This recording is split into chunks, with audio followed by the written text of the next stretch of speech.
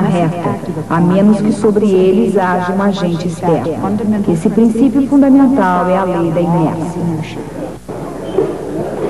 Hoje eu vou lhes falar sobre Galileu.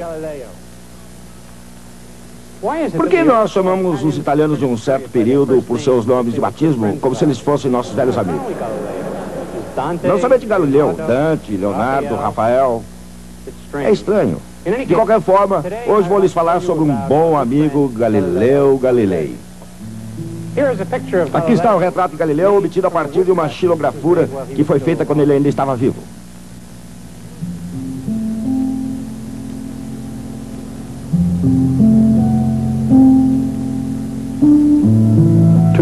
Dois homens muito importantes nasceram em 1564. William Shakespeare, em Stratford, e Galileu Galilei, em Pisa. Galileu, inicialmente, dedicou-se ao estudo da medicina na Universidade de Pisa. Mas ele logo percebeu que medicina não era para ele. Quando descobriu que não havia um professor de matemática na universidade, ele saiu da escola de medicina. Aprendeu matemática por si mesmo, escreveu alguns artigos e começou a construir a reputação de estudioso. Em 1589, com a ajuda de um amigo influente, ele foi indicado professor de matemática. Na época, a universidade estava dominada pelos acadêmicos aristotélicos, que viam pouco valor na matemática. Galileu considerou seus colegas aristotélicos como tolos e imediatamente teve problemas ao atormentá-los e ridicularizá-los. Tornou-se óbvio que quando seu contrato vencesse, em 1592, ele não seria reindicado. Assim, quando lhe foi oferecida uma vaga na Universidade de Pádua, ele a aceitou sem hesitação. Em Pádua, dava aulas de geometria euclidiana, astronomia ptolomaica e mecânica aristotélica.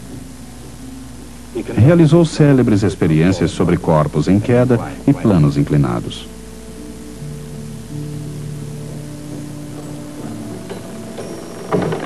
Em 1610, Galileu realizou talvez a maior mágica acadêmica de todos os tempos. Um polidor de lentes holandês chamado Hans Lippershey descobriu um novo e impressionante instrumento, o telescópio. Galileu imediatamente descobriu como ele funcionava. Apresentou seu próprio projeto e construiu um telescópio que aumentava o tamanho da imagem aproximadamente 9 vezes.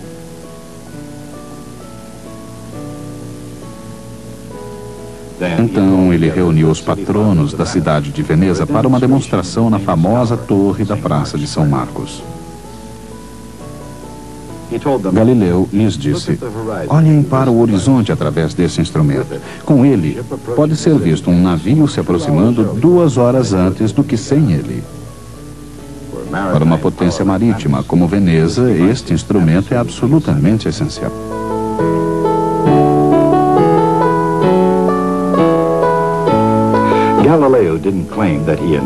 Galileu não reivindicou a invenção do telescópio, mas ele não se preocupou em dizer que não tinha sido ele. Impressionados, os patronos da cidade deram a Galileu um emprego vitalício e um salário compensador. Em 2 meses, modelos do telescópio de Galileu eram vendidos por mascates nas ruas de Veneza como brinquedos de criança. Galileu had made himself financially secure for life by selling the city fathers a child's toy. Mas Galileu tinha coisas mais importantes em mente para o telescópio. Ele construiu maiores e mais poderosos telescópios, inclusive um que aumentava as imagens cerca de 30 vezes.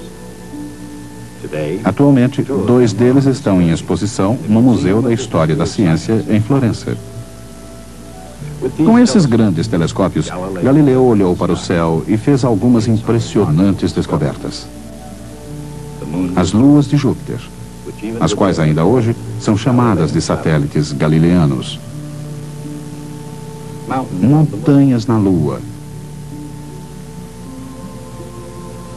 as fases de Vênus e manchas no disco solar. Agora que nós já pisamos na Lua, os esboços de Galileu revelam que suas observações foram surpreendentemente acuradas. Notamos que as descobertas astronômicas de Galileu, junto com as ideias de Copérnico, viriam a arruinar a serenidade do céu.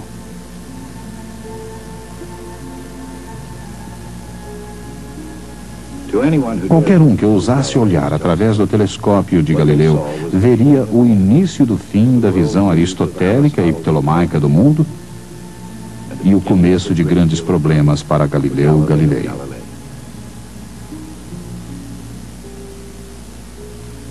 No início do século XVII, a Europa viu a Renascença, a Reforma Protestante e a Contra-Reforma Católica. Amplas mudanças sacudiram todas as partes do sistema medieval: religião, artes, literatura, música, matemática e as ciências, especialmente a astronomia.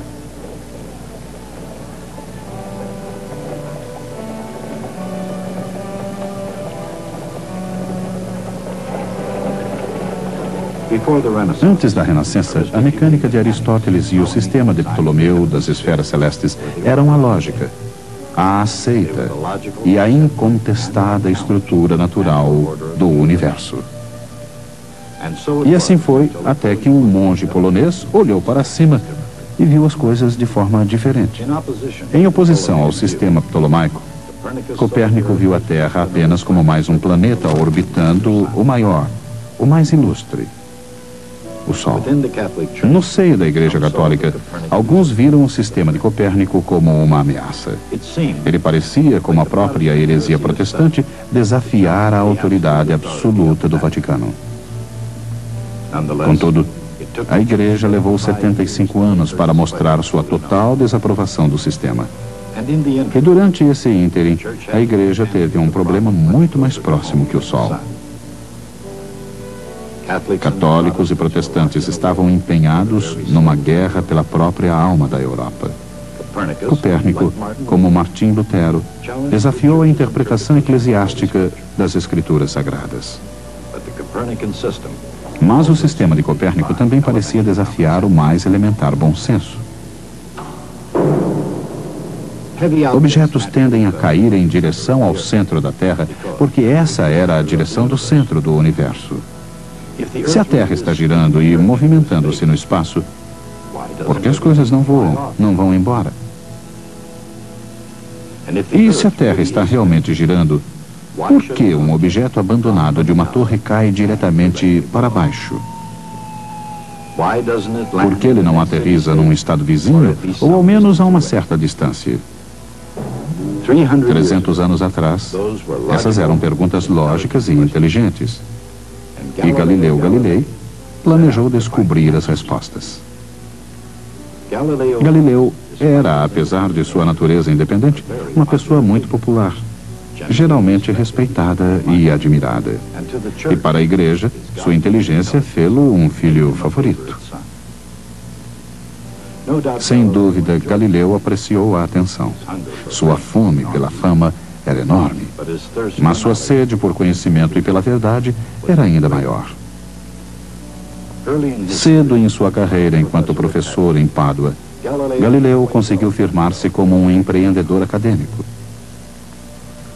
Entre outras coisas, ele serviu de tutor a príncipes reais em disciplinas como magnetismo e matemática. Mas muito mais importante foi sua utilização do telescópio. Seu primeiro livro, O Mensageiro das Estrelas, revelava suas impressionantes observações.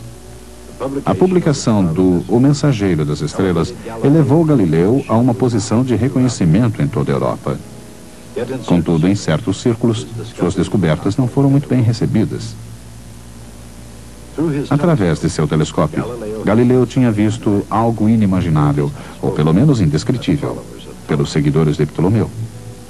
As luas de Júpiter pareciam provar que a Terra não era o centro de todos os movimentos celestes. Teria sido ele, em sua visão, a prova de que Copérnico estava correto. contrariando Aristóteles e as doutrinas da Igreja. Seria a Terra apenas outro planeta orbitando em torno do Sol? Se isso fosse verdade, a questão permaneceria. Por que as coisas não espiralam para fora? A antiga visão aristotélica era de que todas as coisas, por sua própria natureza, têm um lugar próprio para o qual querem retornar. Suas ideias de repouso absoluto e movimento absoluto pareciam confirmadas pelo bom senso. E baseado em experiências comuns do dia a dia, como poderia alguém adotar a ideia de uma Terra movendo-se no espaço? Era algo para Galileu criticar, o predominante ponto de vista aristotélico.